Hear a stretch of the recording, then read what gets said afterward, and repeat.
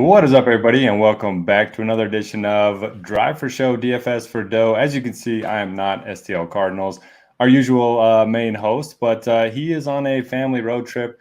I believe they're driving to a bunch of different ballparks across the country, so a lot of fun. Hope he is doing well, and his Cardinals not doing too well. But other than that, we're doing good. We have a fun event on tap this week, and let me bring in my co-host, Hondizzzle. Jacob Horton, how are you doing? You know more about golf than I think I ever will. So love that. And how are you doing tonight? Doing good. So teach golf for a living. Today was the first day of summer. Had summer camp from 8 to noon and then again from 1 to 5. So seen a lot of bad golf swings today. I'm ready to talk about some good golfers. Yeah, my golf swing could definitely use some work. If you ever have any free time, I'll send over some videos. But let's do it. Yeah, it should be a fun week. If you are watching live, don't mind hitting that thumbs up button. It helps us out a lot. And yeah, if you're in the chat, we love an active chat. So put any questions in there. Any thoughts on the course? Any thoughts on last week or this week? And before we get into the Memorial, we might as well go ahead and talk about last week. How did it go for you? And what did you think of the tournament? So I'm from the area. I grew up less than 5 minutes from Colonial. Love the course. Didn't have the greatest of weeks, but I kind of built with a sort of a gambling mindset last week. Took some risks, but you know what? It was a good week. It was a great golf tournament to watch. I was for the members of Colonial. I was glad that Harry Hall didn't win. I think that would be they've already had their fair share of spare winners of that event. Okay. So I was kind of happy. I mean, Grillo seems like a genuine guy, and glad to see him get it done down the stretch. I mean, it's nice to see a short golf course by today's standards kind of can still hold its own. I mean, the scores kind of like after round 2 just sort of plateaued and went backwards, right? So, and of course, they were really aggressive. I don't know if you caught on coverage that, as of today, they're starting to bulldoze it and redo it. So they were going to let everything burn out and play firm and fast. So, there was a time and when that golf course was one of the hardest ones that they would play year in and year out. But obviously, how far the golf ball flies makes it a little bit easier. So I like that part of the tournament. Yeah, Colonial absolutely had some teeth. The greens were just extremely firm, like you mentioned, and let them bake out there on the weekend. And if you were under par on Saturday or Sunday, you probably ended up moving up the leaderboard quite a bit. And you mentioned Harry Hall. I thought you were going to say because he had a Vegas Knights jersey on. And they're obviously playing Dallas right now. So I thought maybe that's why you didn't want him to win. I didn't even notice that, but he did go to UNLV, so that makes sense, right? Yeah. No, I just the whole Monty golf swing and the, it's enough to wear the Hogan hat, but then the little beard. I just tired of watching him. Yeah, he struggled a bit on Sunday and in late Saturday as well. And it's kind of interesting because nobody really went out there and took it on Sunday. I kind of thought, Scheffler had a chance if he would have posted a little bit better score. I think he made a bogey down the stretch. And once again, I mean, Scheffler was just amazing tee to green. I think he lost 4.5 strokes putting and still finished, a shot out of the playoffs. So his incredible run continues. And were you watching the coverage live? And did you see Emiliano Grillo's drive on 18? I was not. I was unfortunately working. I saw the replay, though. Pretty crazy. I mean, no way that Scotty thought he was going to finish one shot out of the lead when he finished, right? He probably thought that bogey that he made coming down the stretch was meaningless, but pretty nuts. Pretty crazy. If you didn't see it, Grillo, hit away right on 18. Ended up going into a little creek, and that creek took it for a ride for quite some time until it finally came to a stop. And then was there a reason why he ended up dropping on the cart path? Could he not have dropped on the grass somewhere behind the cart path? I didn't see it, so I would just assume that if he's dropping on a cart path, that must be the visual line he wanted to take, right? Because for those guys hitting it, whatever distance he was off the cart path, they're going to be able to make pretty clean contact. So it must have been to take the relief maybe on anywhere where there was grass, he might have been blocked out. Okay. There's some pretty big trees up that right side. That probably makes sense. Everybody was kind of confused by it, and then he hit it like 40 yards short of the green and couldn't get up and down from there, but ended up winning in the playoff. Did you see, while he was warming up for the playoff, did you see him bring those two little kids out I thought that was pretty cool. He let them take some swings with his clubs and gave them some hugs. That's one way to deal with pressure, is just take your mind off it, I guess. I thought that was a really endearing moment, and I'm a bigger Grillo fan for it. Yeah, to see a guy like when he first came out, right? He was sort of a DFS darling, right?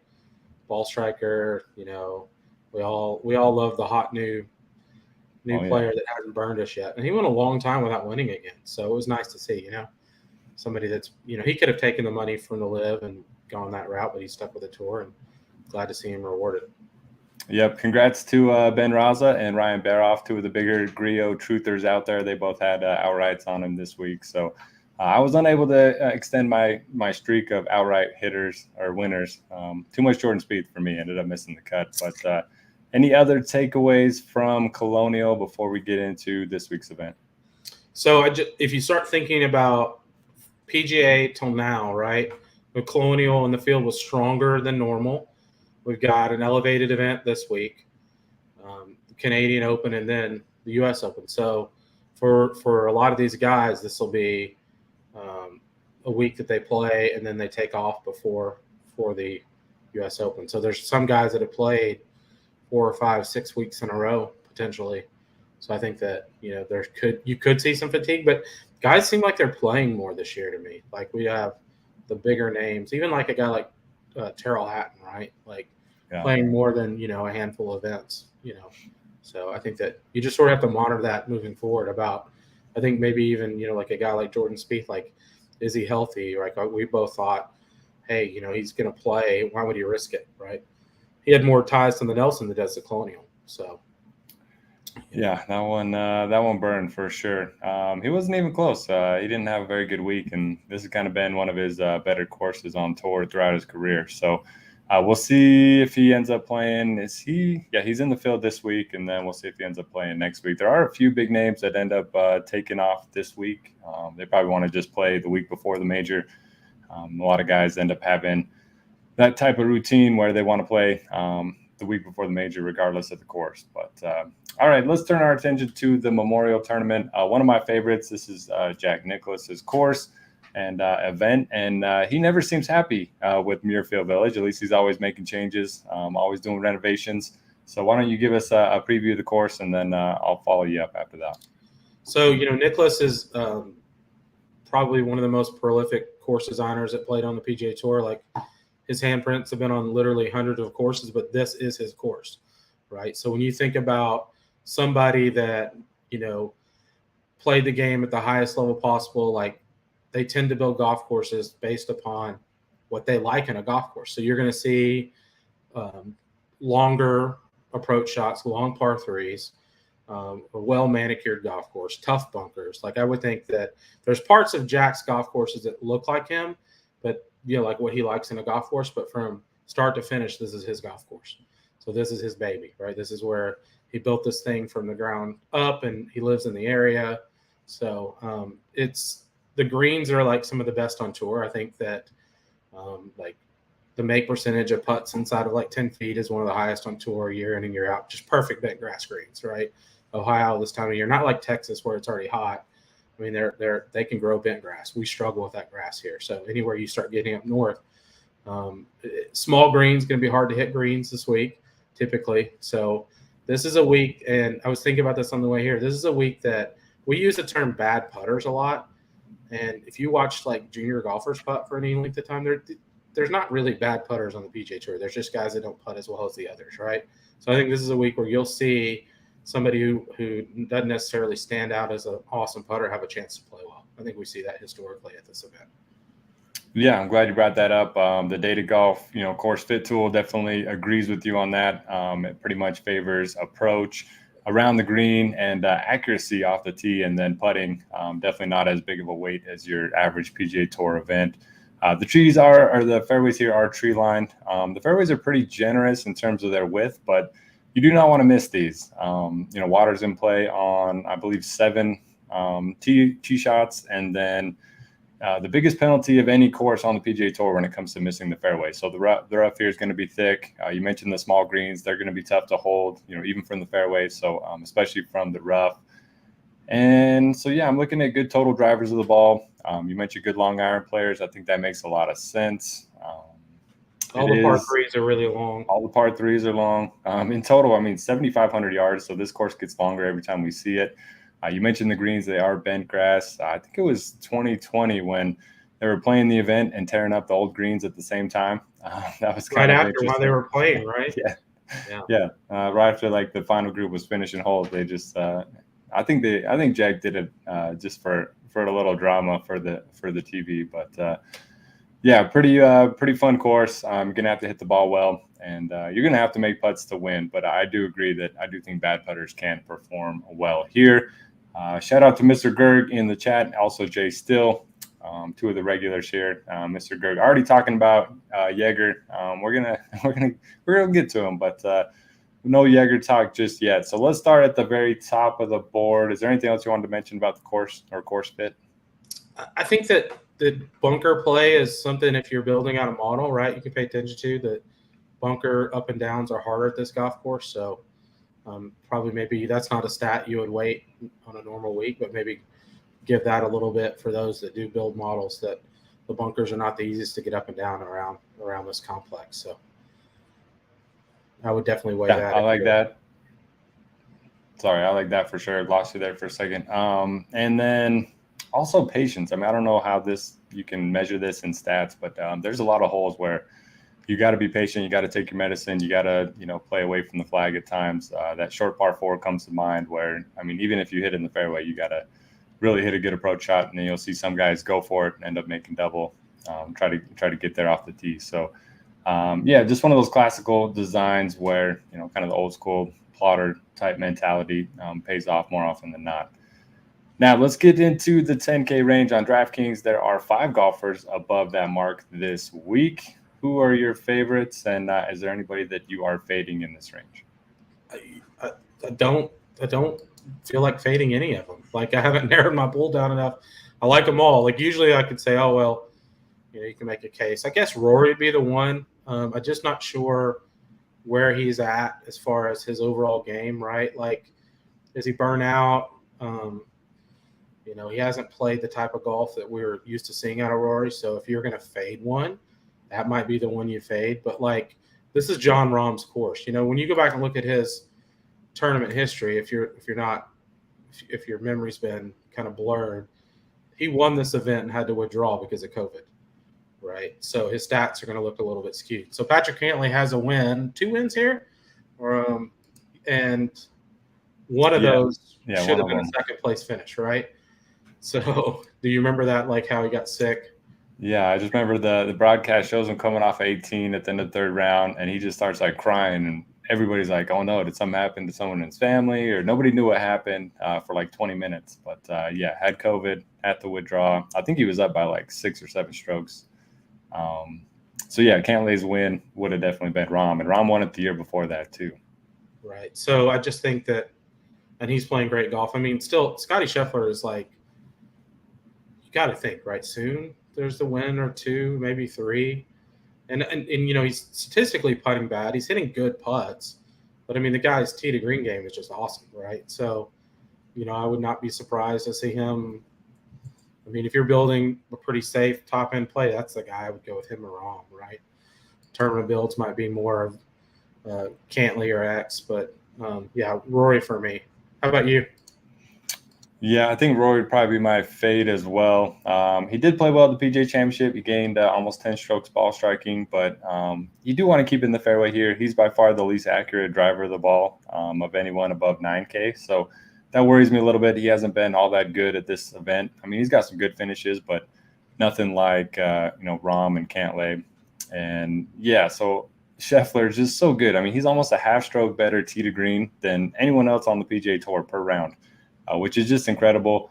He's finished T12 or better in 15 straight starts. So you get that high floor, you get that high ceiling. If he putts even with the field, he's probably going to win at this stage. So I do like Scheffler. I do like Rahm. Cantlay's been super consistent, especially at this golf course. He's one of those guys that doesn't have a weakness. I was looking at bent grass splits, and he's number 1 in the field, both strokes gained putting on bent grass and strokes gained total on bent grass. So you have that working for you. And then we didn't mention Xander, but he's like in the same bucket as Cantlay in that he does everything well, super consistent. Don't know if he's going to win, but he'll probably be in the top 20 like he always is. Any take on Xander, Cantlay?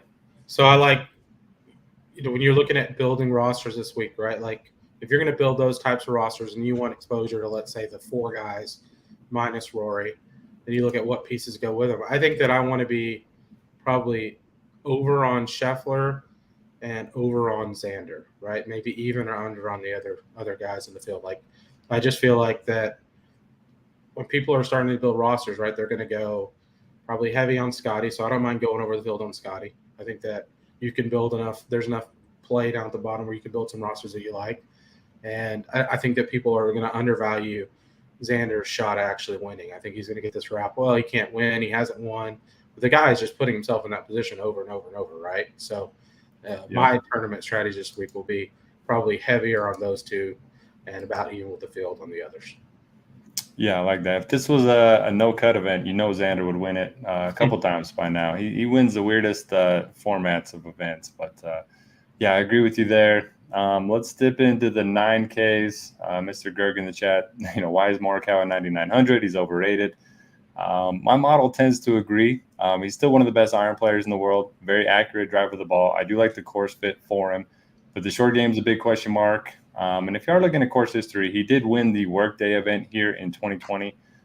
The course was set up a little bit easier that week, and then he didn't play great the following week when they played the Memorial Tournament here, but he also has a second place finish in 2021. So I'm okay with Morikawa. He didn't play great last week, but if you look at his stats, he actually tweeted about it himself. On number 9, he played it 7 over for the week, just 1 hole. So he just tweeted out. You can guess which is my favorite, or my least favorite hole on the course, and it was number 9. But who are some of your favorites in the 9Ks, and are you buying Morikawa at this high price? I am not buying Colin Morikawa. If he is the guy that I have to shut my laptop on Thursday, then I'm okay with it. I like the guy. I just feel like that the prices have been inflated. Like, I would rather get, me personally, although he hasn't had, outside of playing well at the Workday, I like Victor Hovland a lot this week. Hovland and Thomas and Hatton are the guys in the 9K that I really like.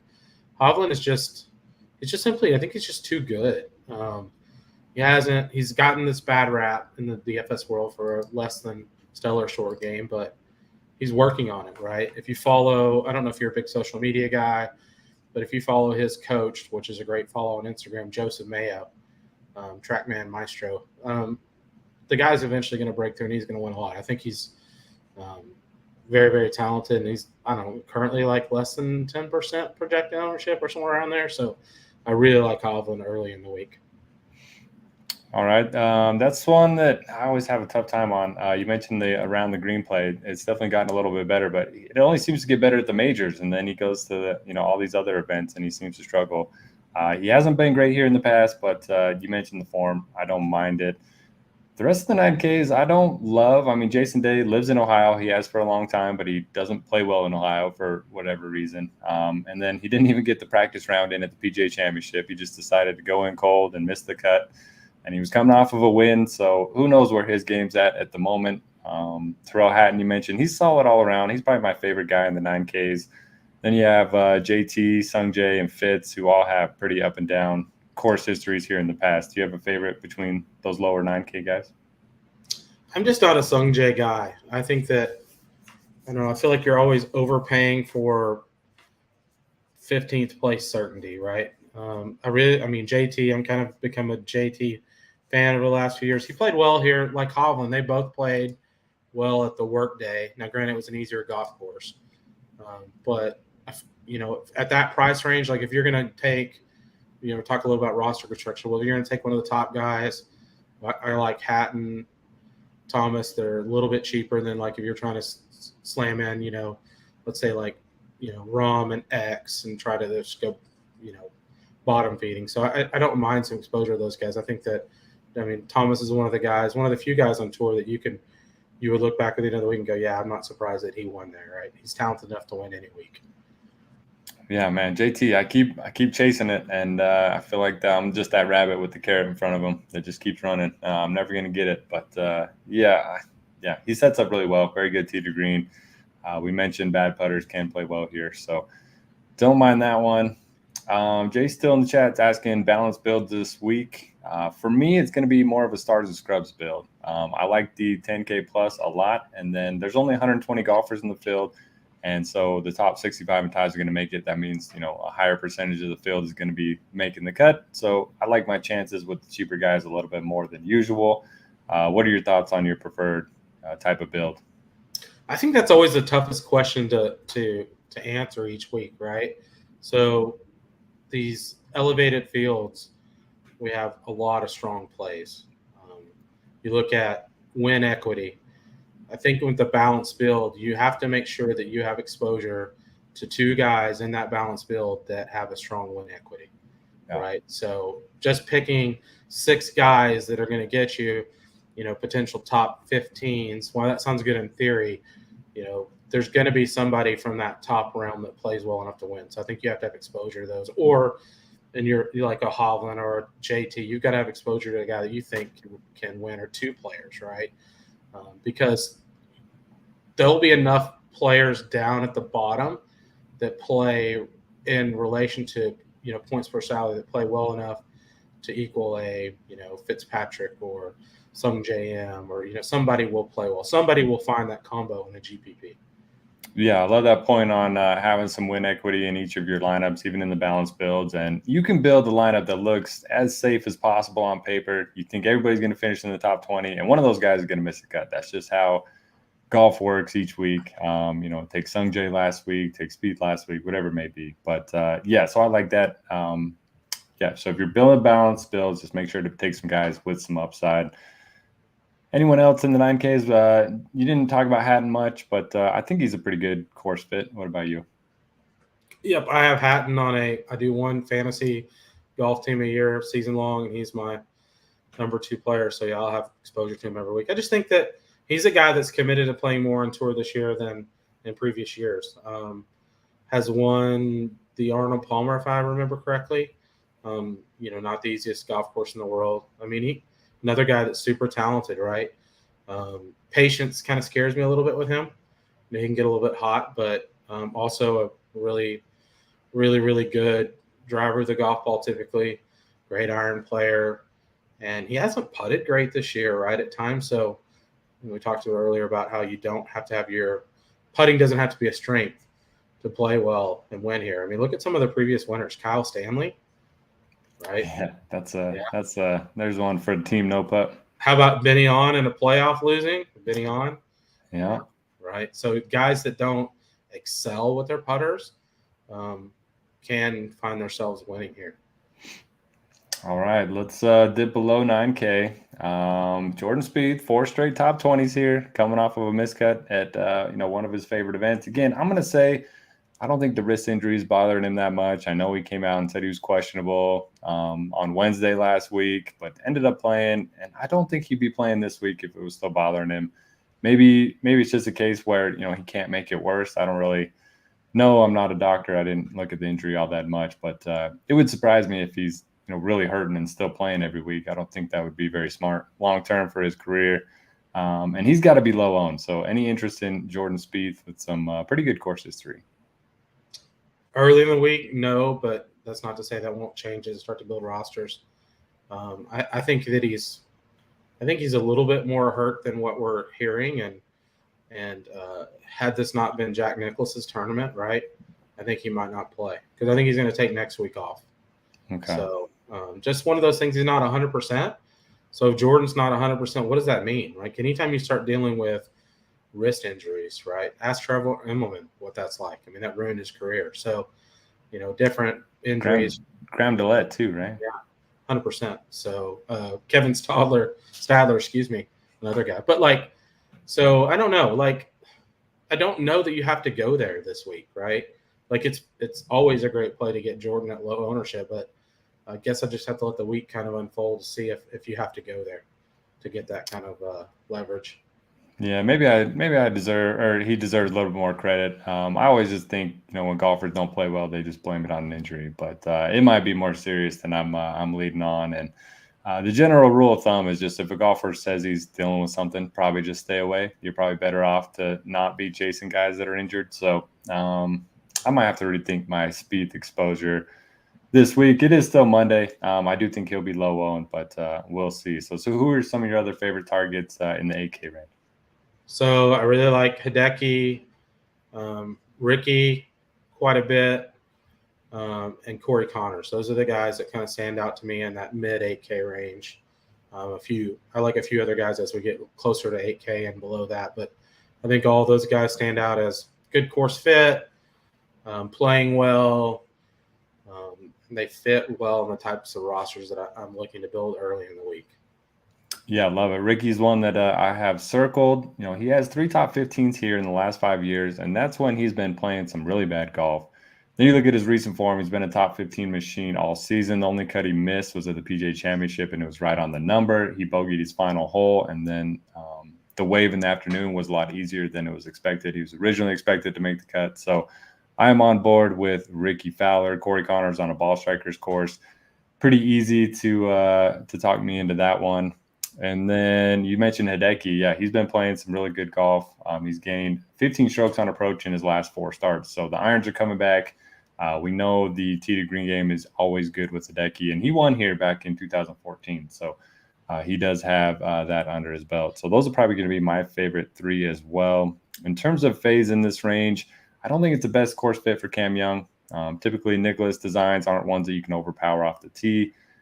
He does play well on a lot of these tougher courses, but I'm okay being underweight there. Tigala, I never think he's a good fit for courses that, require accuracy off the tee, and then he always ends up playing well at them. So I don't know what to do with Tigala. Do you have a stronger take than me on him? I'm right there with you. I just think that, I look at him and Wyndham Clark, and I'm like, I'm just going to let other people make that choice this week. Again, I don't think that's going to make or break, right? Do you see either those guys winning? What would it take? The top 5 if you don't have him? Because there's going to be plenty of other good plays that hopefully get there, right? So those guys could be potential landmines. I was off of Wyndham Clark 2 weeks ago, and I was very happy about that. Tigala, he's very talented. Again, the accuracy off the tee scares me. One of the things that you want to look at, and this might help people when you're trying to make a decision on players for the week, look at, and I don't play these because I live in Texas, but go look at posted matchup lines. And sometimes you might find similar tournament matchups, competition matchups, and see where the books are shading it, right? They'll kind of let you know who they're leaning at as the favorite. And sometimes that'll help you make your decision when you're looking at, they're usually pretty accurate in that when they're developing those lines. Yeah, sage advice. I definitely check those out each week, and there's some surprising ones that you'll find each week, especially when it comes to comparing salaries between guys. You might think that they're close, and then one guy might be favor over the other, which head-to-head matchups kind of a way to gauge the floor of a player rather than the ceiling. But yeah, I like that quite a bit. Anyone else? And you mentioned Wyndham Clark. Yeah, I kind of like chasing guys when they're on the uphill climb, and then once they get that first win, I'm kind of off of them for a while. So I'll be off of Wyndham Clark, even though he treated us well a few weeks ago. Shane Lowry, I think, could play well. He's been great tee to green. Another guy that really struggling with the flat stick, but could set up well for him.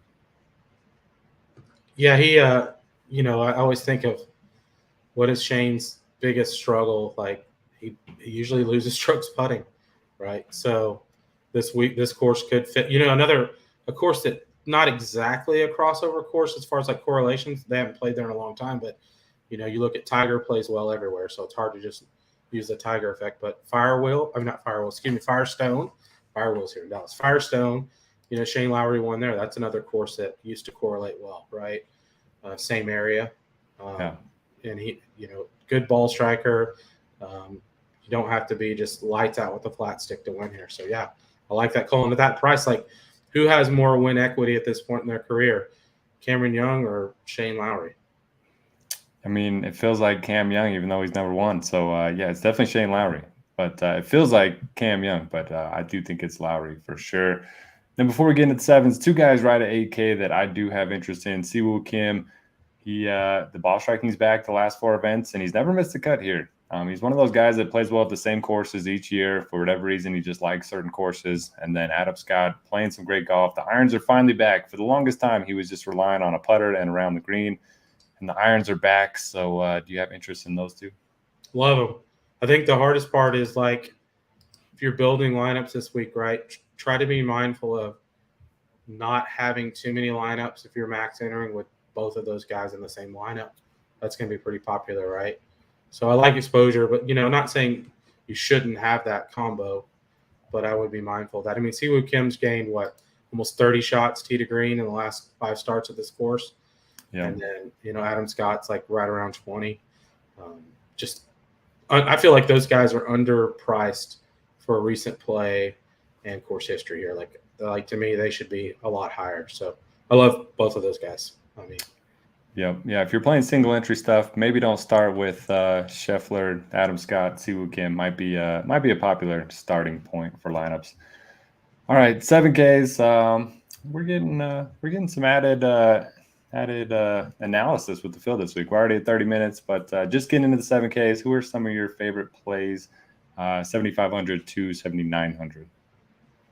Not a big fan of this range. I mean, I always want exposure to Tom Kim. I don't know. I think I bought in early on the narrative. I really like the guy. I think he's talented. So, I always want exposure to him. There's not really anybody in that range that stands out. I typically fade defending champions. And, maybe that's just like a one-time deal for Billy, which is funny. I walked with him last year at the Colonial on the Wednesday Pro-Am, and his game was a complete mess. And he was like working on 20 different thits and goes off the wins the next week. So you just never know with these guys, right? Yeah. Nothing that really stands out. I think that for me, I'm going to go like fade that range and just start dumpster diving. So. Yeah, it is a pretty weak range. I do like Tom Kim. Accuracy, one of the most accurate drivers of the ball. Really good with his irons, but hasn't played here before. So we'll see if that ends up being a good thing or a bad thing. Russell Henley's been playing pretty well. He's more of an accuracy guy as well. Don't mind looking at him. And then Keegan always rates out well in my model. He's been so up and down this season. It's not the best course history, but I'll probably have some of him as well. And then let's dip down into the lower sevens. Anyone standing out there? Yeah, Benny, I can't putt on, right? He played well last week, and on a course. I mean, he's a guy at that price right now. You're not going to hit the lock button on him, but you want some exposure. I mean, he gives you a lot of salary relief. I was on Harris English last week. I think that he's a talented golfer. I wouldn't mind going back there, playing well. And the same thing, I look in this range, and these are for me, these are plays that are not high percentage guys, but I think there's enough upside that I want some exposure to provide salary. If I like English on Kirk and Kitayama. I think that Kitayama is a great player, very talented, and when he is playing really well, to me, he's pretty fearless. He just kind of goes low, and I think there's more than enough upside at that price to put those types of plays in your roster builds. What type of course favors Kitayama? He's one of those guys that's tough for me to figure out. I think any golf course. I think he's just a good golfer, right? I happen to know his putting coach. We kind of train under the same mentor, and the guy's just a golf nut, right? And he's one of these guys that if you're in the golf industry, and we always hear people say this, he's just not afraid to go low. And there's some guys like that. He's the kind of guy when he gets hot, and we've seen it, right? He's always a good first round leader bet, right? Because he can just get it going. So he plays pretty fearless. He's maybe a watered down version of a Siwoo Kim, right? Okay. Siwoo's the same thing. So pretty aggressive, and just kind of streaky is the wrong word, because he's obviously been, played his way to some big events and a win this year. So I just think that he's one of these guys that we haven't quite caught up to yet in the DFS world. I think he's, every bit as talented or, than a Cam Davis or some of these other guys that are priced higher, right? Just my personal opinion. What was his Kitayama's nickname in college? Work in progress or something like that? Something like that. The project, or I can't remember what it was, but yeah, just a guy that's always grinding. You love that. I like the Benny on call 7,300. He's had some really good finishes here. And at one point throughout the 4 days, he's going to be in the top 5. That's just what he does every single week. He'll probably drop down to top 25, but that's pretty good at this price point. I like Kirk, like you mentioned. The only other one I wanted to bring up was Christian Bezuidenhout. He's gained 20 strokes on approach in his last 5 starts. So we've seen him on the tour the last few years. He's usually been a guy that excels on shorter courses, that relies on the putter, relies on, around the green. But the irons have been very good recently. I like him quite a bit. 2 for 2 here in his career. That'll pretty much do it for me. Patrick Rogers seems like he likes his place. So I don't mind looking at him at 7,100. Is there anyone else before we get to the pure punts? I don't mind a little Ryan Fox. I think there's obviously he's not the greatest driver of the golf, but he hits it a long way and super strong. He's played well at times. Like, if you're building these rosters, and this is something I like to do at the start of the week. Let's say you get a wild hair and you want to lock in a guy like Scotty Scheffler. Well, you start adding some of these types of plays, and you don't need a lot of them, and just see what it gets you and see what kind of rosters you can build. Because is there much difference between a Fox and a Rogers and a Christian or Taylor Moore or Kitayama or Kirk, right? They all have that same kind of upside, but it just allows you, because all these guys are going to be so low owned, you don't need a lot of them, right? And it's not that you're trying to get spread yourself thin. You're trying to build unique higher end rosters that have when these guys play well, they have enough upside, and it allows you to be different. So I don't know if a lot of people do this, but if you're building a lot of lineups every week, go in and look and see how many lineups that you have duped. And a lot of times you do, because you have exposure to too many popular combos. So you don't have to go heavy on these guys, but they do provide, I want a guy that Ryan Fox, wouldn't surprise me if he won on the PGA Tour at some point in time, right? Enough talent there. So I don't mind guys like that.